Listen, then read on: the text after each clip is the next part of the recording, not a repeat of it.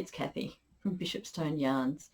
I'd like to welcome everybody here to this episode, which is episode 24 of the Bishopstone Yarns podcast. And as I was saying earlier, my name is Kathy, and I'd like to welcome everyone here. So if you're a returning viewer, hi, it's great to see you again. So nice to share this little bit of time with you. And if you're a new viewer, welcome. It's really great to see you, and I hope you enjoy listening and seeing what I've been doing in the last week or so. And this is mainly a crafting podcast, and usually what I do is 1 week I will do a knitting podcast and 1 week I do a spinning podcast. That might change a little bit. I'm thinking I might end up doing an episode every 2 weeks, so that would be kind of like I would do, so in 2 weeks I'll do a knitting podcast, and then another 2 weeks I'll do a spinning podcast, just because for as much as I've been enjoying doing one every week, it's it is kind of does kind of take up a bit of my time on that to put it out each week, and I just feel like I'm kind of rushing a little bit to get them out. So I'd rather spend a little bit more time and then space them out a bit more. But we'll see how we go. I might kind of do some little episodes in between on those off weeks when I'm not doing a bigger podcast. But anyway, I'd like to welcome everyone here. I am coming to you from Tasmania, and that is the little island in the south of Australia. And today is Monday the 25th of July, and we have had some really, really cold weather here and some really big frosts in the morning. But today is lovely blue sky. To start this morning, we weren't in fog, but there was fog all around us. And but it is a lovely day. It's lovely in sunshine, and so hopefully it will continue. The weather will be nice and continue as it is, and makes it easier to get some things done when it's not quite so cold. And for those people who would like to know where you can find me around the internet, you can find me as Bishopstone Yarns on Facebook. You can find me as Bishopstone Yarns on Instagram. You can find me as Bishopstone on Ravelry, for those people who are on Ravelry, which is the online knitting site. And I also have a blog called Bishopstone Yarns blog on Blogger, which I don't use that often, but I mean I still do update it now and again. I might get back into that a little bit more. Anyway, we'll see how I go. Now, for those people who've been watching, or those people who are spinners, or those people who are on Ravelry, you would know that July is Tour de Fleece month, and that is basically what my month has been about, is spinning alongside the Tour de Fleece. So for those people who aren't on Ravelry or don't know about the Tour de Fleece, it is it's run by Ravelry, which is the kind of online knitting website, and a website site, whatever you'd like to call it. And what it does is you can join a little team, and then you spin along on your wheel. So you spin along while the Tour de France is going on. So as the cyclists are doing their race, you are spinning as well. It doesn't have to be done exactly the same time that the race is happening or anything like that. It's just a bit of fun, a bit of way for for spinners to get together and join each other and have a bit of fun.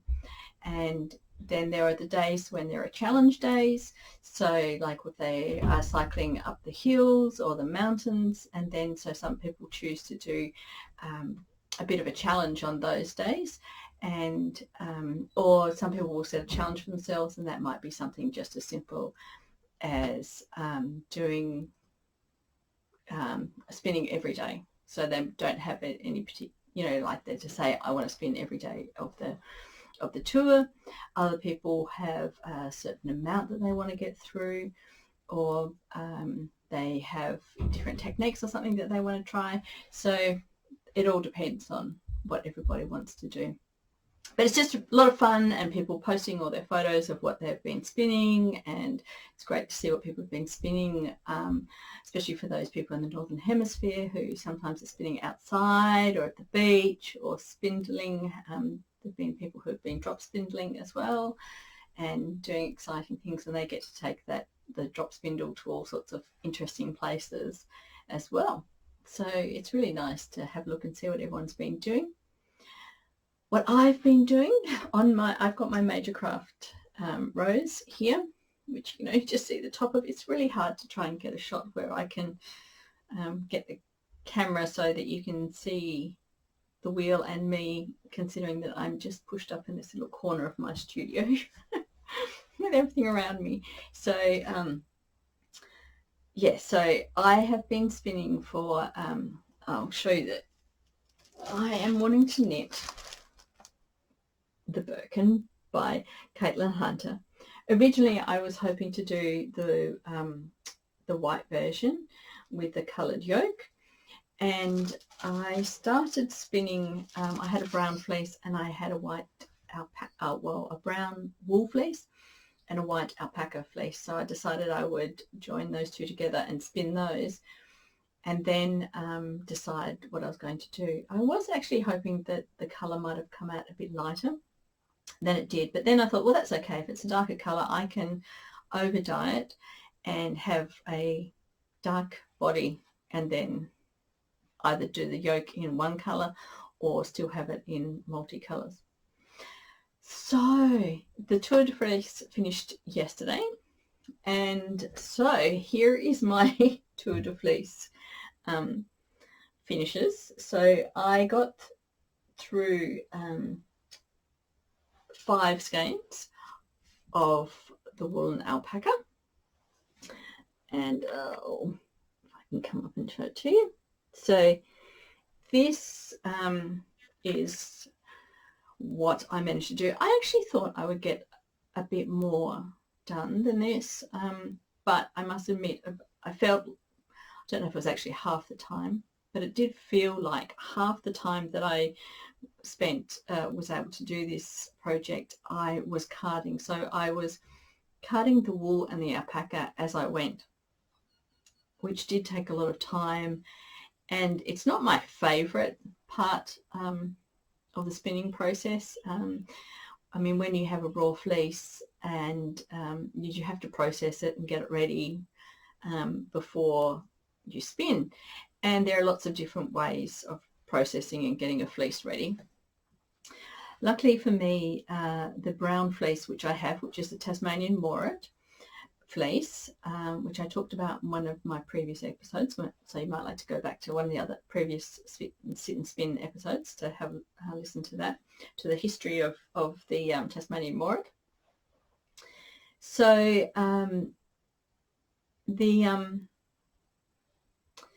yeah, so the wool fleece was quite clean and didn't need a lot of work done to it. I could just card it and then card up the alpaca as well, and then blend the two together. At the beginning, I was spending a lot more time blending the brown and the white fleece together to get more of an even colour range. And then after a while, I actually got a bit bored. Well, I shouldn't say bored. It just, because I was carding, putting it through the drum carder 3, 4 or 5 times to try and get a nice even colour, I wanted to move on, and I wanted to actually get some spinning done each day. So I felt like I was doing a lot of carding, not a lot of spinning. So then I decided to do the initial carding on the drum carder, and then move to my hand carders. So move to using these, and then even though that was, I suppose it was equally as slow, but it felt like at least I was carding a bit and then spinning and then carding a bit and spinning, except compared to when I would be on the drum carder, I would tend to spend quite a long time just doing a large number of bats, because the process took such a long time and we had to go through so many times. I thought while I was there I might as well just keep going and make a number of bats. So then it took a lot longer before I could even get to the wheel. So that's what has has been happening. So I have got the three skeins here, which I've already washed. And I guess, I mean, you can kind of see there are some, where are we? There are some darker patches here where I haven't blended as well. And that was just me being impatient and a little bit wanting to get on with spinning and not so keen about the playing. From in the camera it does look a little bit grayer than it actually is. It is quite brown. I don't know if it's kind of... Anyway, I thought I would wait. I would spin up quite a bit of this and then I would see what I was going to do with it. So I still have this bobbin here and this skein here. I haven't washed either of these. I have to tie that one up and wash that, and then put this one on the niddy noddy, skein it up, and then wash that one as well. And I have two skeins that I had spun before the Tour de Fleece as well. So I've got 7 skeins already for the to knit the Birkin, but I'm not really all that crazy about this colour. I mean, it is a lovely colour, but I don't really want another jumper in that sort of colourway. I'm not really, yeah. So I had, I went on to Ravelry and had a look at the other jumpers that people had made from the Birkin, and I was tossing up them between either making the body, dyeing the wool either a blue or a purple, and I absolutely love purple. Purple is my favourite colour, and I was very, very drawn to doing the purple, but then I thought maybe I'll dye it like a deep blue and then choose the colours, see what dyes I've got to choose for the different colours in the yoke. I think that might be the way to go. And also I'm kind of hoping that once you dye it, quite often the dye will help even out a little bit those colours, and actually it would actually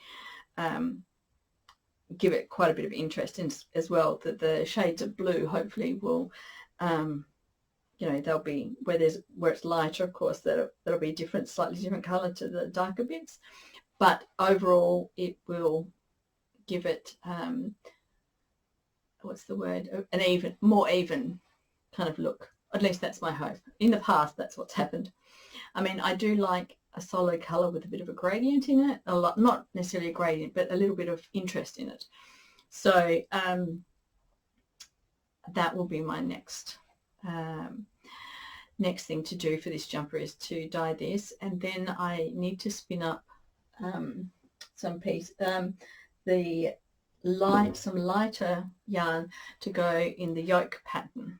So if you can see here, there is quite a lovely pattern there, and in the darker version, if I can get this out to show you,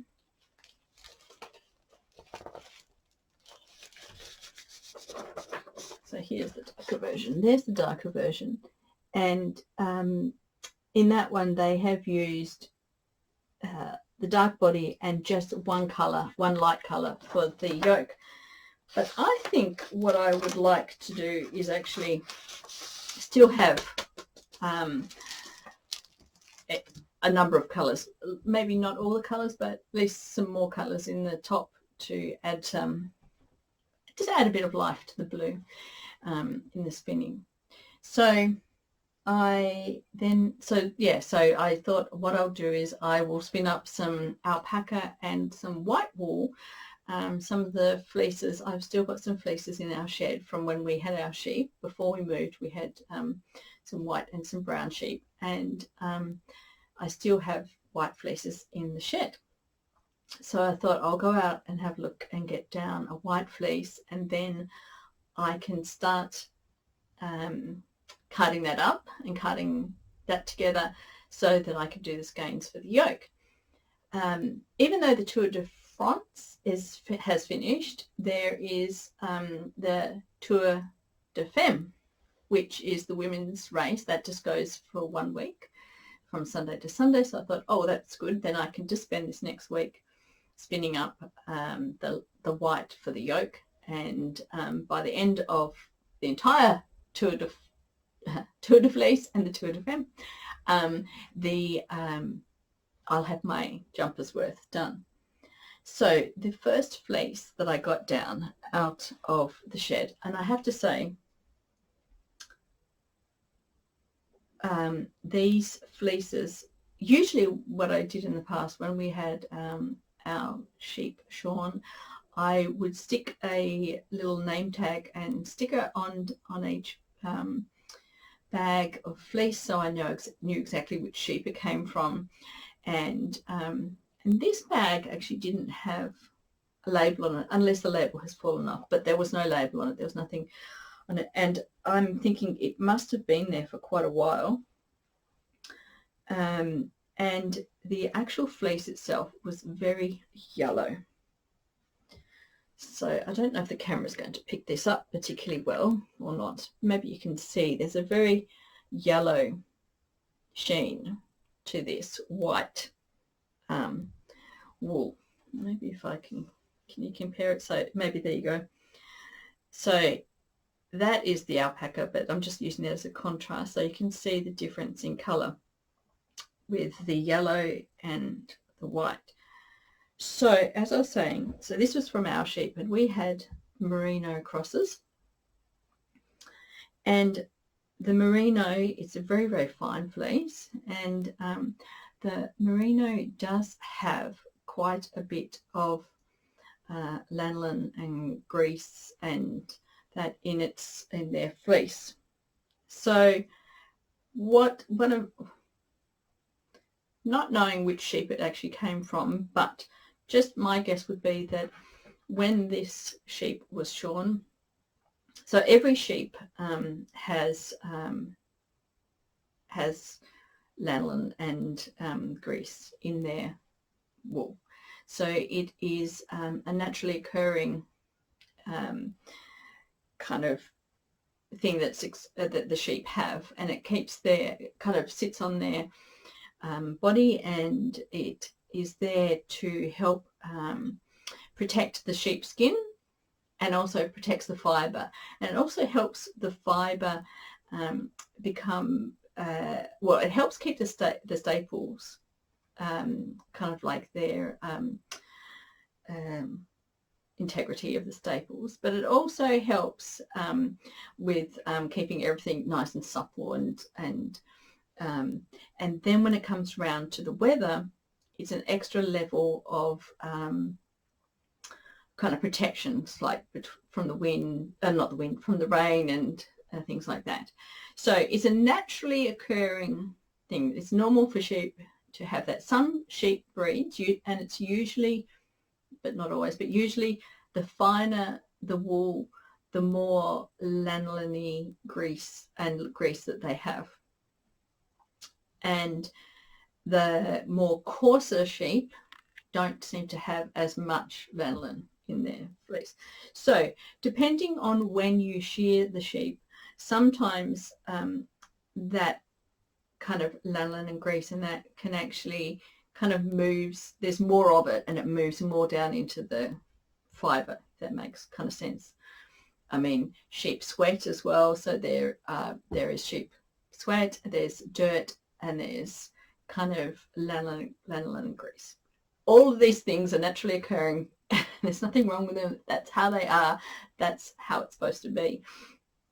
But and in the processing, like when a fleece is taken off to a mill and processed, usually all of that, you know, the dirt and everything is taken out, and the fleece, the tops or rovings that you get back have a totally different feel to a raw fleece because such a lot of that lanolin and grease and everything has been taken out.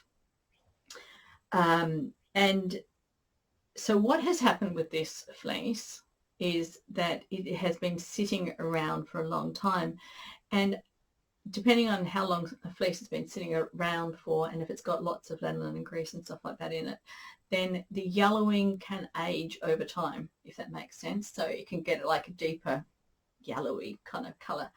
And what happens is I could take this and give it a good wash and get most of this color out. But considering that I am still continuing on doing the spinning along with the Tour de Femme, I didn't really want to have to go out in winter and wash a whole heap of fleece, wait for it to dry before I could even start spinning. So I kind of thought, oh, what do I do? Do I continue with this fleece? But then I thought, this is a nice, really nice fleece, but just needs probably to be washed before I spin it, because it is still it's very hard to show you, but it does have, when you hold it and that you can feel that it has quite a bit of kind of lanolin and grease still in it. So I'm quite happy to spin a raw fleece and spin it with the grease still in it. There are a lot of people who will only spin in the fleece in the raw and then wash it afterwards.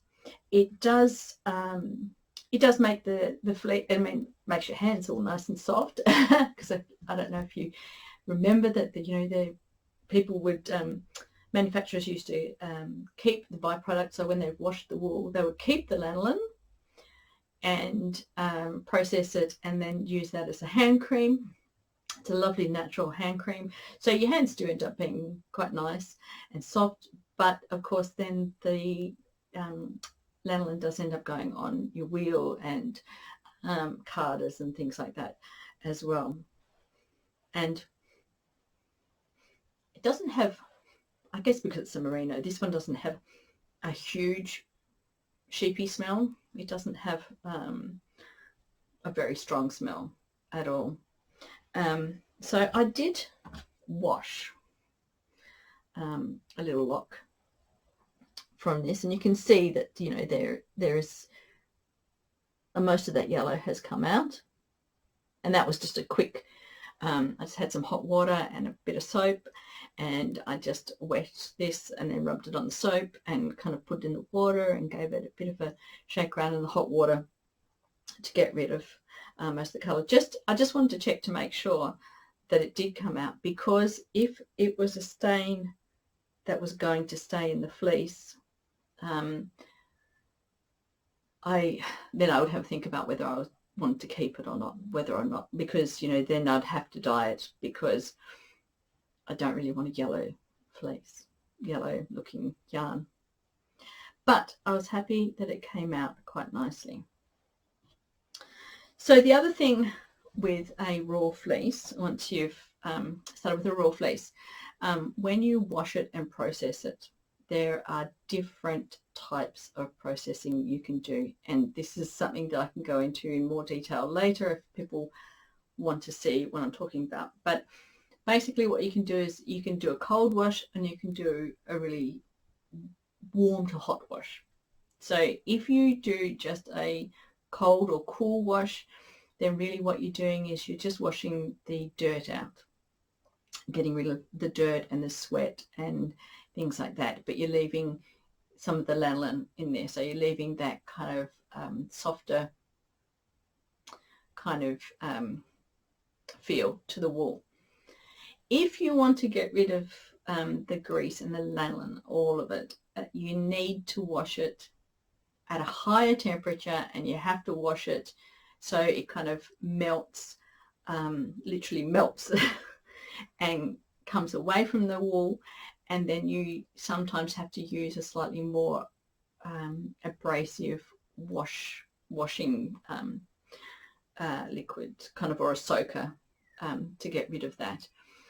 and then you have to take the fleece out of the water before it cools, because if you leave it in there until the water cools, all that grease and lanolin, of course, will just solidify again and come back onto the wool, and then it's very, very difficult to get rid of it.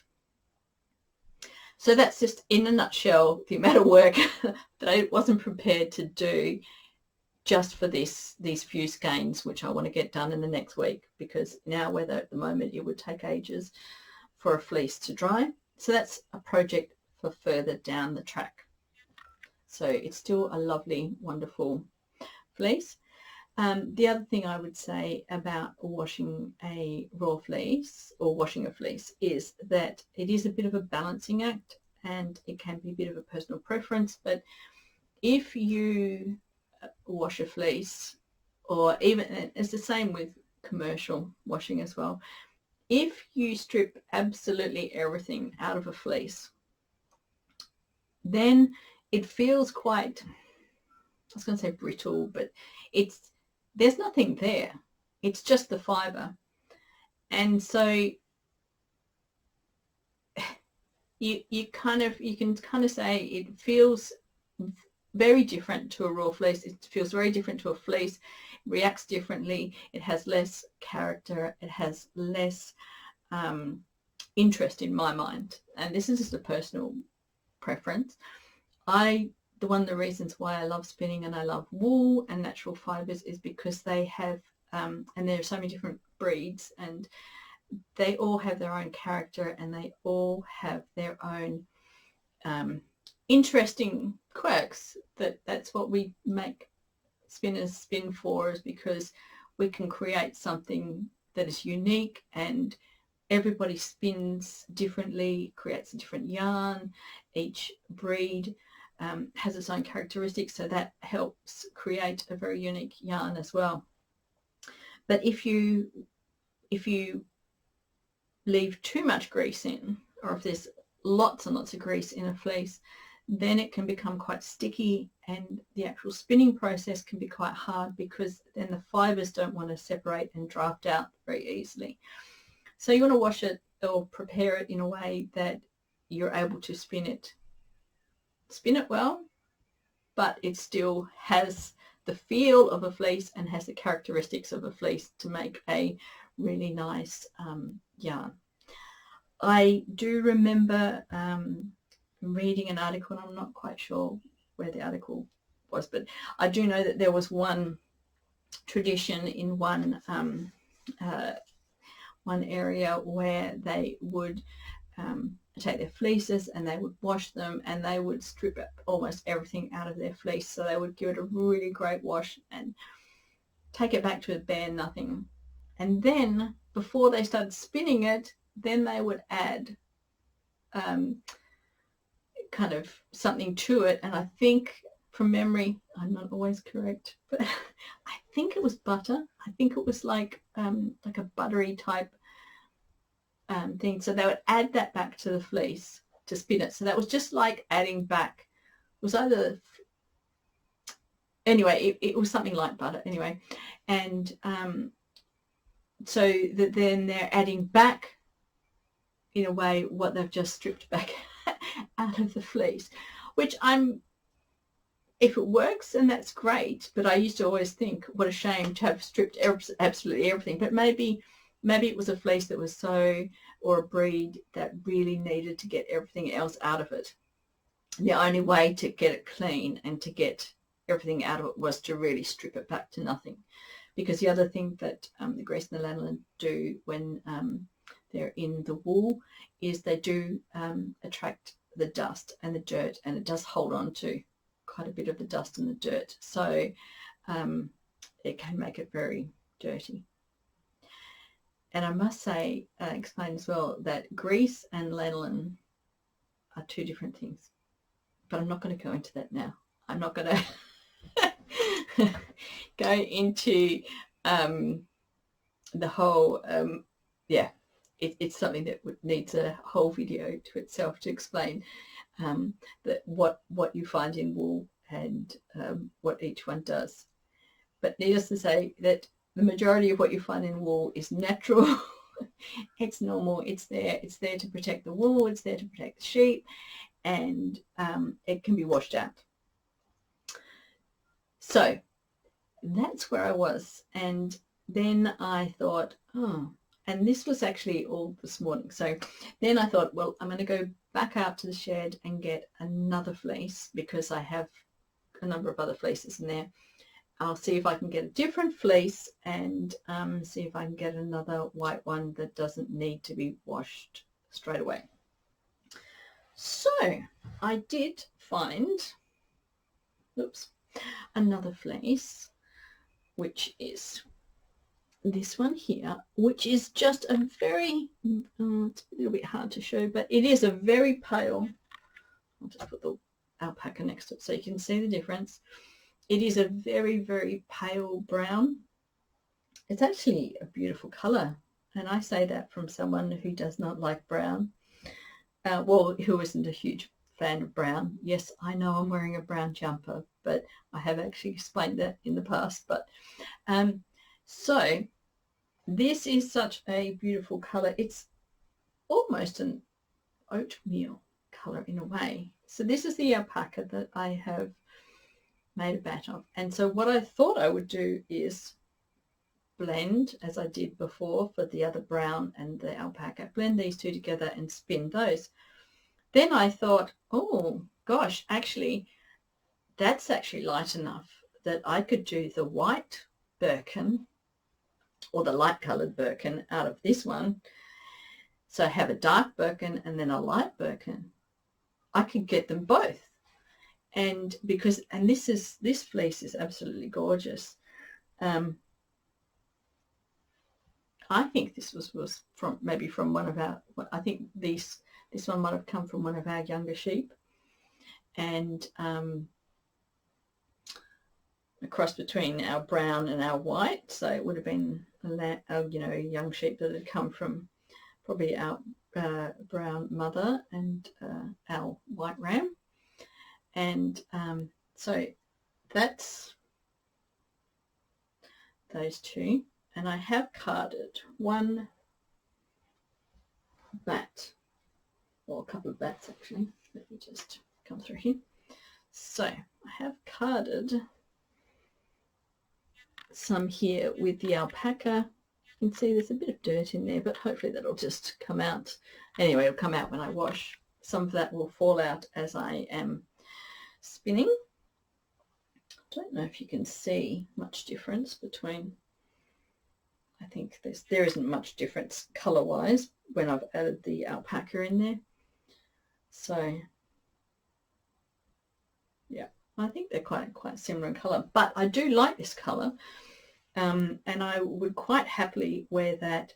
I think that would look a lot nicer than just a white jumper, because even though I do like white jumpers, I am the kind of person that would probably spill something on a white jumper as soon as I put it on, because that's me. And I have to say as well, I wear my jumpers a lot. I mean, it is cool. Tasmania is a cool climate, and I do wear my jumpers a lot. I do wear my jumpers out in the garden. I do wear my jumpers when I'm with my dog. I wear them a lot. So I don't just keep my jumpers for good, as in like just going out and stuff. So I wouldn't say I'm hard on my jumpers, but my jumpers do get a fair bit of wear, and occasionally when I'm in the garden they get caught by the roses and bits and pieces. So a white jumper to me is probably something that I would try and keep more for just wearing out, whereas I think this one is would be a little bit more forgiving and wouldn't show up. Well, it would show up stains, but anyway, in my mind I would feel that I wouldn't have to be quite as precious with this colourway. So that's where I'm up to with spinning. I haven't even done any spinning yet. I've just been talking. This has been the joy, I think, of redoing. I haven't done Tour de Fleece for a couple of years, and the fun of getting back into doing Tour de Fleece. And actually this morning when I was carding this up and getting out some of my old fleeces from our sheep, made me remember why it is that I love spinning and why it is that I love wool fleeces. And the whole process, even though carding can, sometimes just because you want to be on and doing the spinning and get into it, but the actual fleece and working with the fleece, holding the fleece, feeling the fleece, there is something just very, and I love it. I guess that's why we spin, because we love it. We love the feel of the fleece. We love the characteristics. And because I know where this came from, I know the sheep that it came from, and all those kind of things. And that was probably one of the other things that I really enjoyed about spinning this as well, is that this wool has come from somebody, from a farm that I know, from a lady that I know, and who also cares a great deal about her sheep and her alpacas, who you know, is a really good farmer in terms of caring for her animals. And I know that her animals get a absolutely fantastic life. The Tasmanian Morit, the sheep and the alpacas there have a fantastic life. So I know that this wool has been kind of lovingly created. It's been the animals have been well looked after. That you know, that to me makes a big difference, because I like to think that I am supporting, and we are using wools that that come from happy animals, you know, animals that have been cared for, and not just, you know, farmed for a profit. I mean, there are a lot of farmers out there who care a lot about their animals, and I think if I can do my little bit in supporting the good farmers, the farmers who care about their flocks, who go out of their way to make sure that that they're treated well and are looked after, and, you know, are interested in the animals themselves, then it makes the spinning process even happier for me. I mean, I have to admit, this is my preferred kind of process. My preferred fibres is to know where they come from. Sometimes it's not always that easy. You can't always know where fibres come from. Sometimes you have fibres or get fibres that are commercially made. There's no labels. Oh, sorry about that. Just had to have a bit of a cough there for a minute. Yes, so I'm always really happy to try and support the kind of local farmers, or farmers that where I know the animals that they have and where the fibre comes from, that that they're well looked after. And yeah, and as I was saying, I do have some fibres in my stash that I don't know where they're commercially made fibres.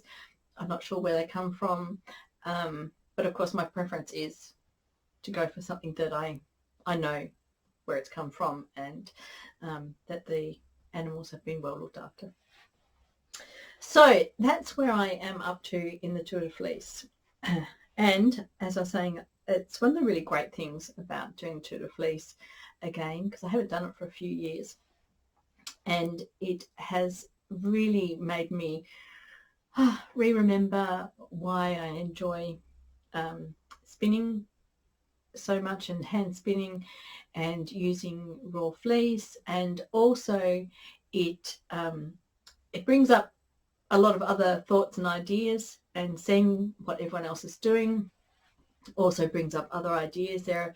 And I guess you can see I'm wearing my the Handweavers, Spinners and Dyers Guild of Tasmania apron. I was in the team Tassie, so I think we're made up mostly of hand spinners and weavers from Tasmania, and so I'm just showing my support for the whole team. And so it's interesting to see what other people are doing and what they're making, and and then it makes me stop and think as well about other ideas, other projects, other thoughts, which itself is a big, huge rabbit hole which I could go down as well. But I'm not going to go down that rabbit hole at the moment. Maybe I will think about some of those other thoughts and make some videos about those. But at the moment, I am keen to get my spin for my Birkin up and ready, and I'm just wondering now whether I just start spinning all of this just for the skeins for the white Birkin, or whether or not I also use some of this for the yoke, because it's such a beautiful colour. In a way, I think it would be a shame to dye it. But anyway, I do have a whole fleece of this, so maybe I will just spin it all up and then see what I have when I'm left over. See if I just dye up a couple of skeins in different colours for the yoke, because then somewhere along the line I have to start knitting this jumper as well. So if I don't dye up some colours for the yoke of the Birkin, I won't be able to start it, because it is a top-down sweater. It's not like I can dye the body and then kind of continue up. But yes, that is the colour that I'm quite liking. I could just have it like that at the moment. Yes. Anyway, I haven't even got to doing any spinning yet, and I think I'd better stop now. I think I've talked enough. I've had a bit of a, shown you what I've been up to, what I'm about to do, and next time I see you actually will be in 2 weeks' time. So not 1 week, but I'll see you in 2 weeks, and see how far I've got along with my spinning. Okay. Thank you for watching, and don't forget, if you like the video, press the like button, and if you haven't subscribed already, it'd be great if you could subscribe, because that helps me out here in this little area of the YouTubes, and it also helps other people find me as well. So thank you very much for watching, and bye.